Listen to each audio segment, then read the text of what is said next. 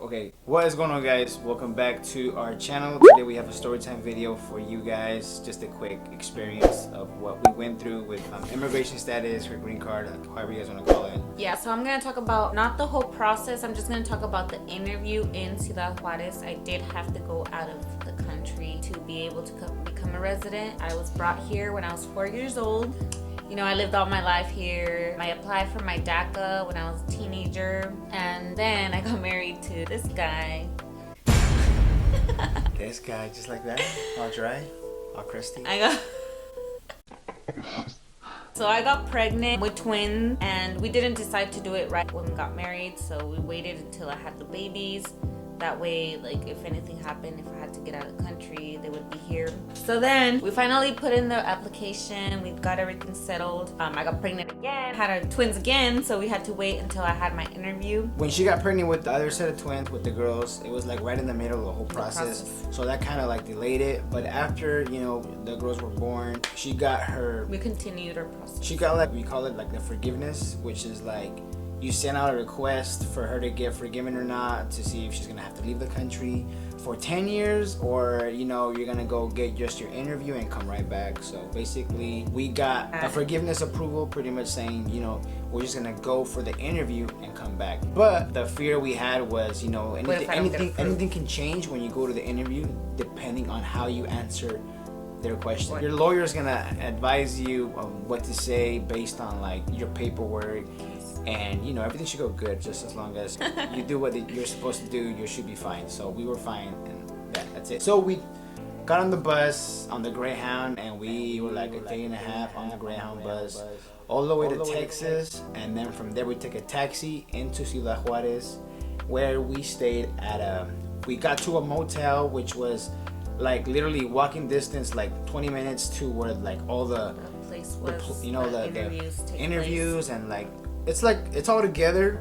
So most likely, you know, we recommend you guys getting a hotel near, you know, walking distance, just in case you can't get a taxi. The place where we stayed at, they actually had like taxis, especially for transportation to your appointments, because we had 2 appointments, the physical and then the actual interview. So right there, they would take you to your appointment, come back, and so it was like really easy for us to get moving. Another tip, or I want to say, is the reason why you should get a motel that offers that transportation service, because if you take like a different taxi, those people are gonna charge you a lot, because they know you're coming from the U.S. and they know they're trying to come up on you. So take the transportation that your motel offers, if they offer. Another reason why is because like it's pretty dangerous over there. Well, that's what they say. We didn't really experience nothing bad, but you never know. Just be careful. Go with your, you know, your wherever you're staying at, go with them, their transportation, and stick with them. So before I actually got to any of my appointments, I actually had to go get my criminal record from Mexico, which is really dumb because I was 4 years old when I was over there.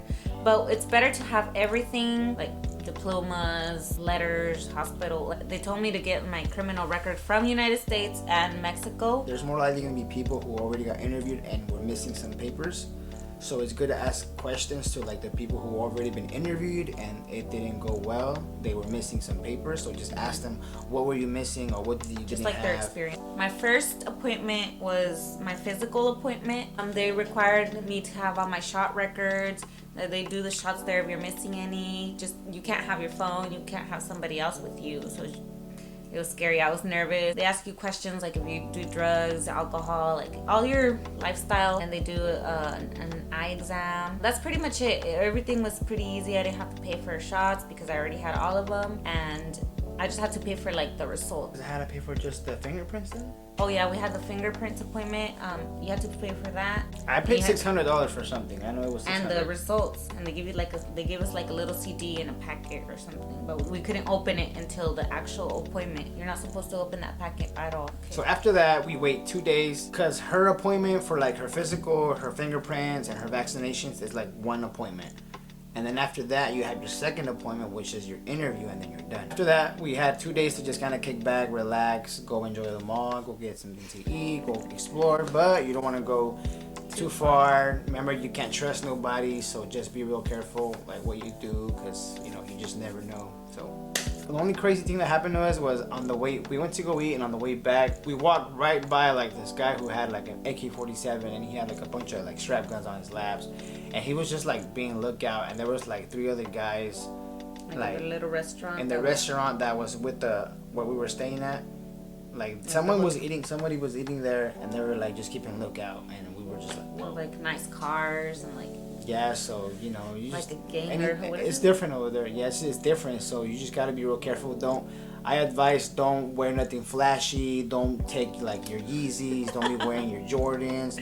Don't go out showing gold and all this and that. Like you wanna be just low key. You wanna stay like you're just a humble person. You know, you don't got no money.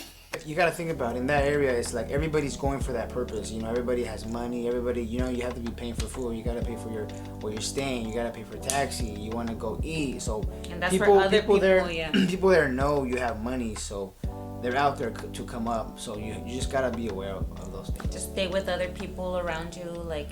Yeah, You know that stay with people you know, with like personnel, like where you're staying, the taxi who's driving you around, like just people you can trust. So. The moment you've been waiting for. Oh my god. I'm just kidding. So, I spent all night nervous, like, oh my gosh, what am I gonna do if they send me back? Like, I'm not gonna see my kids. My mind was like just so nervous, but You were just overthinking it. yeah, Because everything was already. If your lawyer sent you to Juarez, it's because everything is good. But then obviously when you get there, you know you don't know what's gonna your happen. nerves, You don't know. your nerves take advantage. Yes. Yeah, So anyways, my appointment was early in the morning. I got there like really early. There was already a lot of people there. So they sent me to the back of the line, to the line, whatever I had to go to. There's 2 lines. You have to have your passport, the medical results on hand, and your appointment letter in hand. You have to have them or else you will get sent back to the line. You can't have your phone, so if you have somebody with you, give them your stuff, your purse, whatever you have. Just take all your documents. Go through all the guidelines. there's gonna be people, guiding you. Like a person will come by saying what you have to have on hand. Then the last person's gonna be like, all right, go. And if you don't have what the first guy said, I was so confused. go to the back. I just followed what they did. Just be focused and pay attention, please. Yeah, don't worry about anybody else, just yourself. Just do what you gotta do. So they finally took me in, they checked everything I had, and they sent me to like the waiting lobby, and then it was like another area where you had to wait again to get called. I was so nervous. I was just making sure I have everything. I had like a bill stack of things. Well, you gotta take pretty much what the lawyers give Yeah, you. just take everything. Take your whole freaking house if you have to. Different people are getting visas or, the residency. So first, they take you to a window and they ask for like all your documents and everything. I was missing a paper and I was like, oh my god, they're gonna send me back. Okay, so she like let me slide, I guess. Okay, so I finally got called to my interview and it was an American man. He greeted me in Spanish, but then he asked me if I wanted to do the interview in English, if I spoke English, and I was like, of course, duh, like easier. So You were just trying to show off that you're already like. no, I mean it's easier, it's better. You have to be presentable, and I was like being happy and like Just be like positive. Positive. You want to give the person a good vibe, so that you're not nervous. You don't look nervous. You don't look like you're lying in an interview. Just like if you're getting an interview with like Target or a job somewhere. Yeah. I mean, that's my advice. just asked me like who was my petitioner, which is my husband, if I had any kids, what was my job, How did you cross? how did the I country, cross obviously? the country, and just basic questions like that. How many questions total? Was I don't it? even know, like 6 or 10. It wasn't even that long. I thought it was gonna be longer. I guess Yeah. like the waiting was the longest thing. Cause I remember when you came out, you were like, it wasn't even like a big thing. It was just like. It was just all in my head. So yeah, I finally got approved. I was like so happy. I just wanted to get out of there. And before they do he give you changes like mind. when they give you your like packet, something which is like what you're gonna use to go back into the U.S. Yeah, you do have to wait for that for It's like like another 2 sealed, days. right? It's like Yeah, sealed, and you can't cannot open open that or else. Yeah, they just told me I have to wait for that packet, and then I went outside and I could just see like Jillian, like you know how in those movies, like cartoons, Oh like my gosh. you see the people split up and you just see them. I was like, So when she was in line, there was right before I said bye. there was a lady behind her, and me and that lady's husband were like, you know, together too, like, oh, Waiting. yeah, where you from? And I'm from here, and oh, it's gonna, you know, this is gonna go good. So, like, couple minutes, no, like half an hour later, you know, I was expecting my wife to come out first, but it's that lady who was behind her. She comes out first, and I'm like, I thought the worst. I just panicked, and then there was like another like 30 minutes just waiting. She wouldn't come out. But when you came out, I was just like relieved because I don't know. I saw that lady come out before you, so I was just thinking the worst, honestly. And then like you have to think like there's other people coming out who got denied, so that's kind of hard, you know. Like you see like their family, there's people crying, and it's just like, oh man, it's just crazy. Like, you gotta just really be strong and stay positive, you know. I remember I called my sister, I called my mom, I called everyone. I was like, oh my gosh, finally it's over. I had to wait for the packet. Oh yeah. Packet's pretty much what you're gonna use to. Yeah, we had to check our email because they were gonna send me an email, and I remember the other lady that was staying with us. Remember, she was like waiting for her packet, and then she called me like in the morning. She's like, "Oh, I got my packet," and then right away I checked mine. I was like, "Oh, reload," and then it popped out that I received it, so I had to go pick it up with them. All that stuff is gonna get explained when you're over there, so you know, don't stress out about like the full details about it, but just, you know, your lawyer should explain everything to you guys. So This is just our experience, how we dealt with it, what happened. I think it was good, honestly. I know the main thing that I was nervous about was I wasn't nervous that it wasn't gonna like you weren't gonna pass the interview. I was more nervous about like if we were gonna miss anything. So then we finally crossed the border. They stamped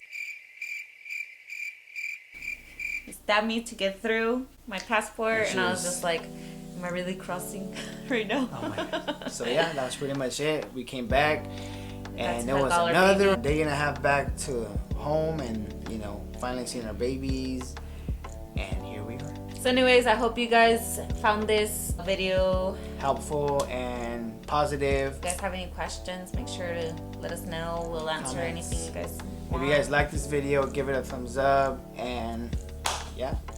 See you guys next time.